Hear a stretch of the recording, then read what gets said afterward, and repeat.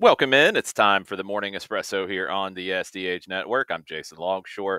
Thanks for checking out the soccer news you need to know for Monday, January 13th.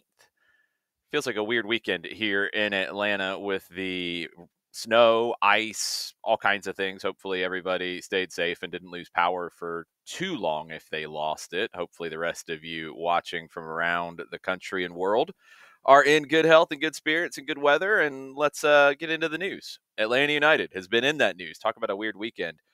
Bubbled up with Tom Bogert's report from Give Me Sport and then continued on with other reporting about interest in the number 9 position from Atlanta United. Two new names on that list. One name still on the list, but interest has cooled a little bit. Let's get into it. Tom Bogert brought two new names to the table, Emmanuel Lath of Middlesbrough and Odson Edouard from Leicester City. He's on loan from Crystal Palace. He mentioned that the interest in Kyogo Furuhashi of Celtic has cooled. Atlanta's still interested, but they're focused on Latte and Edouard. Not really any updates on what that interest has done from a concrete perspective with Edouard. We'll talk about him in a minute. But further reporting came out over the weekend that Atlanta United had made an offer to Middlesbrough for Emmanuel Lath. That report came from Italy. Now, you might wonder why a report about an American club making a bid for a player at an English club and the player is from the Ivory Coast, why that is going to originate from Italy. Well, Lath developed in Italy at Atalanta's youth academy, and also his agent is Italian. So when you start to play the games of silly season, keep those things in mind. It was Sky in Italy that broke the news worldwide. I believe DiMarzio also had this, and I'm not sure who had it first. A bid in the region of 18 million pounds, that's 21.5 million euro, for Lath to come to Atlanta from Middlesbrough. Now, also, according to the media, that salary package would be a significant increase on what Lath is making at Middlesbrough. Now, here's where it's interesting with Emmanuel Lath because there is competition for his signing, and Edouard would be in a very different situation.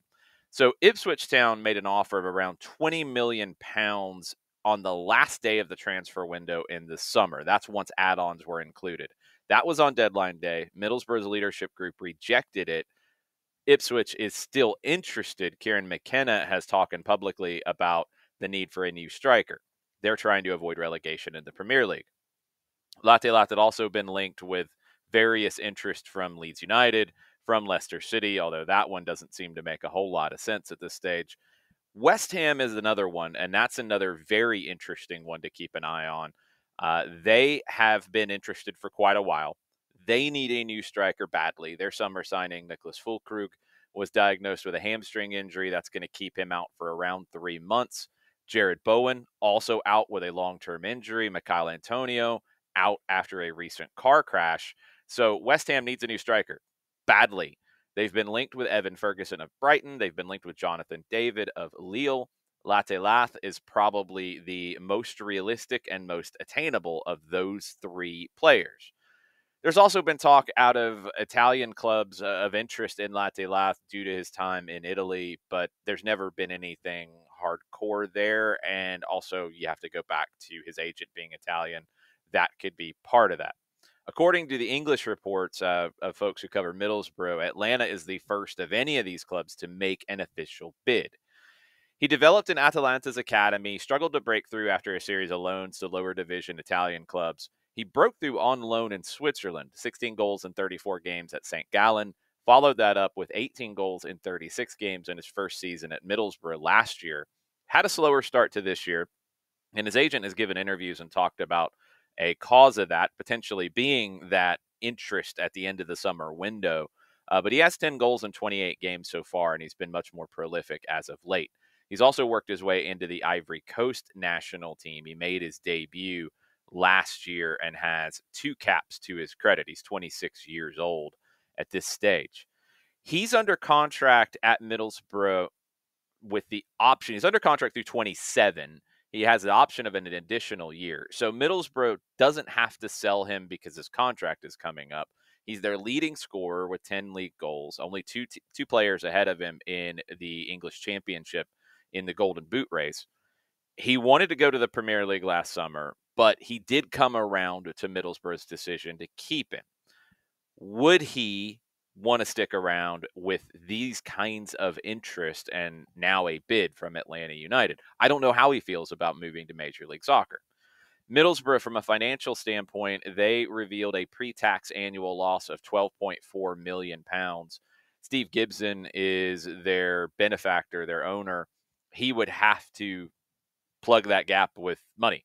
They have done this over the years where he has contributed, and they have to find ways to do this with financial fair play and the English system of trying to avoid basically not being a sustainable professional business. Or they got to sell players to help make up the books. So if they move him, they're going to have to replace him. That means they want to move him sooner rather than later. They're not going to want to wait till the end of the window, or they're going to have to work on things concurrently and hope it all falls into place at the right time. That's why they didn't do the deal with Ipswich. The money was good. I don't think the money and that bid number, I don't think Atlanta's bid number is an issue. I think it's down to, can Middlesbrough get a replacement, and does Lath want to come to Atlanta United, or does he want to see if a Premier League club puts forth some interest? I don't think it's an accident on two fronts that this news has broken now, because his agent probably had a hand in this breaking in Italy. That serves his agent's interest. It also serves his interest and Middlesbrough's interest to have news of an official bid being made now in early January, with the rest of the month to go in silly season and trying to drum up that interest. West Ham is the one to watch. They need the striker, and they like Emmanuel Latte. So stay tuned on that one. It's a different situation with Hudson Edouard. He's 26 years old. He's on loan at Leicester. He is under contract to Crystal Palace. He's only played 6 times this season. He struggled for playing time. According to the reports, Leicester paid over £3 million for his loan fee and have been paying his salary, which is over £4 million. It hasn't worked out. Leicester, according to some tabloid reports, want to cancel that loan. But here's where things get interesting with Edouard, because he played for Crystal Palace in the first couple weeks of the season, then went to Leicester. He can't go to another club in Europe on that league calendar and play, because you can't play for 3 clubs in 1 year. He could come to Major League Soccer or to Liga MX or to a club in South America, for example, that is on a different calendar. He could do that and play for a third club, because it's not 3 clubs in the same seasonal year, because of the difference from playing in 2025 entirely and the difference in playing a season that starts in 2024 and ends in 2025. So keep that in mind. You talk about competition, and Lath has a lot of that. Hudson Edouard could go back to Crystal Palace and play, and I don't know how much interest there is in that. Or he's got to go somewhere different, like Atlanta United or another MLS club or a Mexican club, or so on and so forth. He came up through PSG's academy. He broke through at Celtic, then went to Crystal Palace. Palace signed him for around $18 million.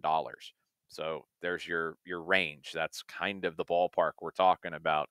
$18 to $22 million is where you're getting at. I don't know if Palace is going to take a loss on this, but I think they at least like to get their money back.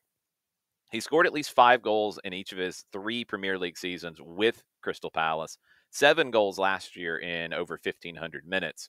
He had 60 goals and 25 assists in 104 games with Celtic. We'll see. Hudson Edouard would be the one that is easier to acquire because there is less competition. Emmanuel Latte, there's a lot of competition, and that speaks to his qualities as a player. But there is an official offer on the table, at least that's being reported out of England. There's still Kyogo Furuhashi, and I would remind you that if you go back to the Yorgos Giacomakis transfer saga, there was a back and forth period with Celtic where it felt like that move wasn't going to happen, and then it did. Now, there was another club interested at that point as well in Japan, so we'll have to see if Kyogo wants to stay at Celtic, wants to go elsewhere, or if Atlanta would go back to try to parlay these kinds of moves. Could the bid to Middlesbrough for Latte be a sign to Celtic to say, hey, we're going to move on if you don't want to do a deal here. So lots of maneuvering, lots of questions about the whys and the hows and how it will all end up. But that is your Atlanta United number 9 update. John Nelson will have plenty more as things continue to develop today on the show. Quickly on the Espresso, let's bounce around some other news that has been announced. Robin Fraser is the new manager of Toronto FC. He's going back to Toronto. He had been an assistant for Greg Vanney during their glory days of 2015 to 2019. He also last managed the Colorado Rapids. He won the Western Conference regular season in 2021, 61 points, a club record. And that was the first time that they had won the West in the regular season. He has been under contract to Connecticut United of MLS Next Pro. Their launch has been delayed a year due to stadium issues, but he's been extensively involved in helping build out their academy. San Jose, biggest move of the offseason. Potentially, there's been some other ones that could be in this conversation. I think this one might be that biggest move. They made a blockbuster trade, bringing in Chicho Arango from Real Salt Lake. $1.4 million in general allocation money goes to RSL. That's split evenly over the 2025 and 2026 seasons. Also a 2026 international roster spot. He is a big-time addition for San Jose. Adding him to an attack that's got Hernan Lopez, that's got Christian Espinoza, one of the most underrated players in the league. He's a big upgrade at the number 9 position. Will it all work out there? Because Arango has bounced around from club to club over the past couple of years. I'll be very curious to see how all of the fireworks come together in San Jose. And there's also reporting that Joseph Martinez is very close to a move to San Jose. I would assume to be Arango's backup unless Arena is going to go with a 2-forward system. More potential fireworks into the locker room there. Bruce Arena is going to have his work cut out for him, but he's going to have a lot of weapons to work with. Seattle, they have re-signed Joao Paulo. Our friend Nico Moreno has been filling us in on this expected move. He is re-signed for another season, option for 2026. FC Dallas, they exercised the purchase option on Patrickson Delgado, 21-year-old Ecuadorian youth international, 4 goals, 3 assists last season. New England, they have acquired forward Ignacio Ganago. We talked about this interest before. He is on a 6-month loan from FC Nantes in France. So 6 months, they can decide if they want to keep him. Also, it will be extended by 6 months if certain playing time conditions are met.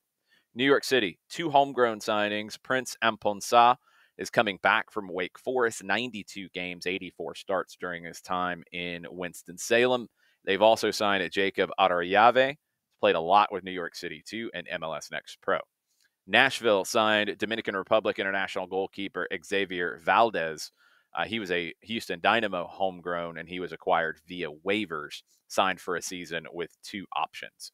RSL, in addition to transferring Arango to San Jose, they have sold Matt Crooks to Hull City. 30-year-old English attacker, 1 season with RSL, 3 goals, 5 assists in 29 games. He joined from Middlesbrough. Not sure what the transfer fee is there, but RSL should have a lot of resources to work with now to go out and improve that squad that kind of fell off in the second half of last season. We're not going to get into the world news. I'm going to save some of this for tomorrow. I'm sure we'll have more updates on the silliness out of Spain after Barcelona won the Spanish Super Cup 5-2 in a chaotic game. Real Madrid being accused of trying to put the referees under pressure before the game with a video package on their Real Madrid TV. While all that's going on, Atletico has went to the top of La Liga. They have won 14 straight across all competitions. FA Cup things, we'll get into that tomorrow as well. One more before I go. Casey Stoney is going to take over as the Canadian women's national team coach. She was previously with San Diego. Now she is in charge of Canada. That'll do it for the Morning Espresso. Make sure you're watching SDH Live this morning starting at 9:05. John Nelson and crew be talking about the Atlanta United number 9 search and any other news that pops during the day. You can watch on X, you can watch on YouTube, you can watch on Twitch, and you can watch on Facebook.